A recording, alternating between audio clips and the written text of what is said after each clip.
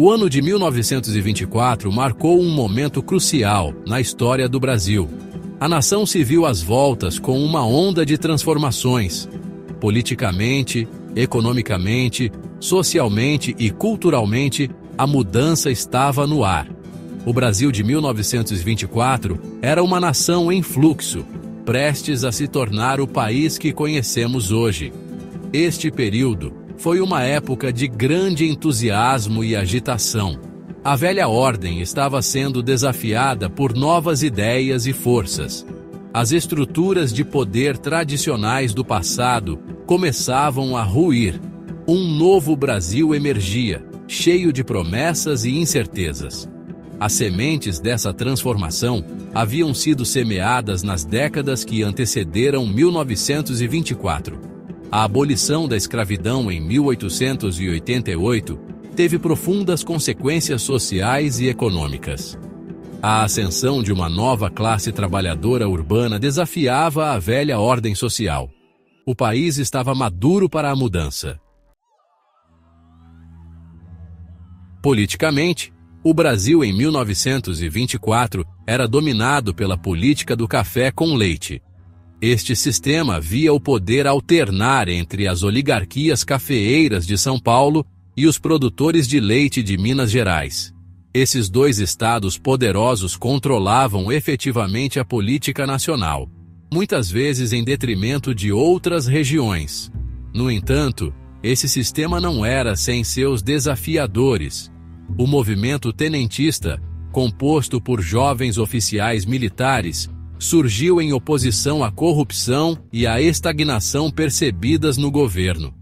Eles desejavam uma sociedade mais moderna e justa, com reformas como o voto secreto e melhorias na educação.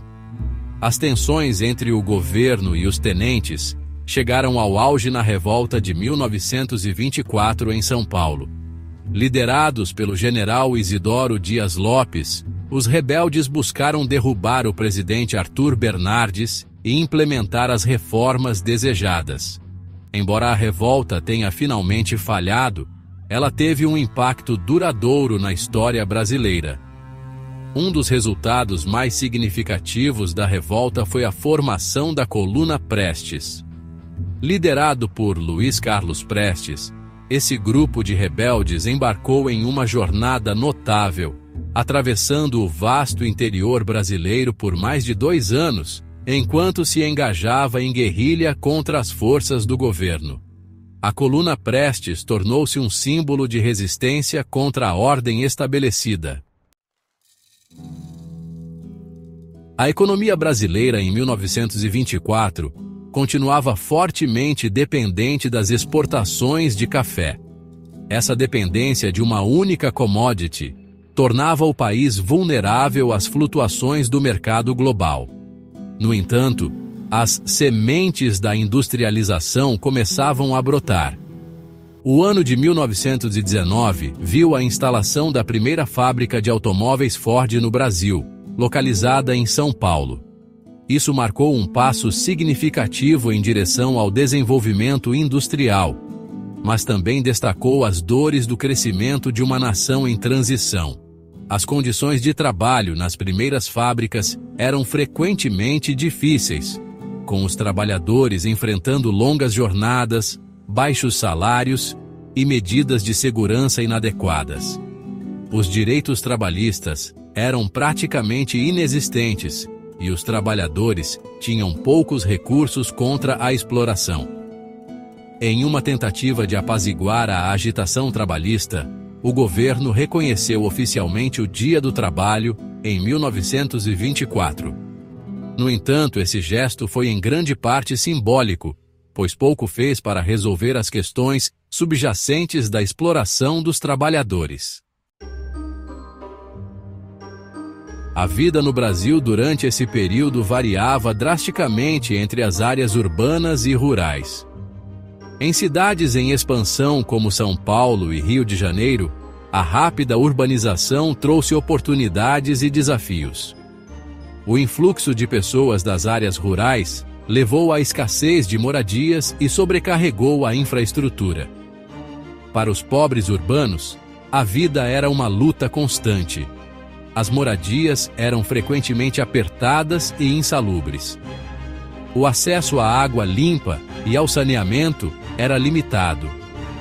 Doenças como tuberculose e febre amarela eram galopantes, especialmente em áreas densamente povoadas. Nas áreas rurais, a vida girava em torno da agricultura. Grandes plantações de café, conhecidas como fazendas, dominavam a paisagem em regiões como São Paulo. A maioria dos brasileiros rurais trabalhava como trabalhadores nessas plantações, muitas vezes suportando condições difíceis e baixos salários. A infraestrutura de transporte continuava sendo um desafio significativo nas áreas urbanas e rurais. Enquanto as cidades ostentavam bondes elétricos e um número crescente de automóveis, cavalos e carroças continuavam sendo o principal meio de transporte para muitos. Nas áreas rurais, as viagens eram frequentemente lentas e árduas, dependendo de carroças puxadas por animais ou barcos fluviais.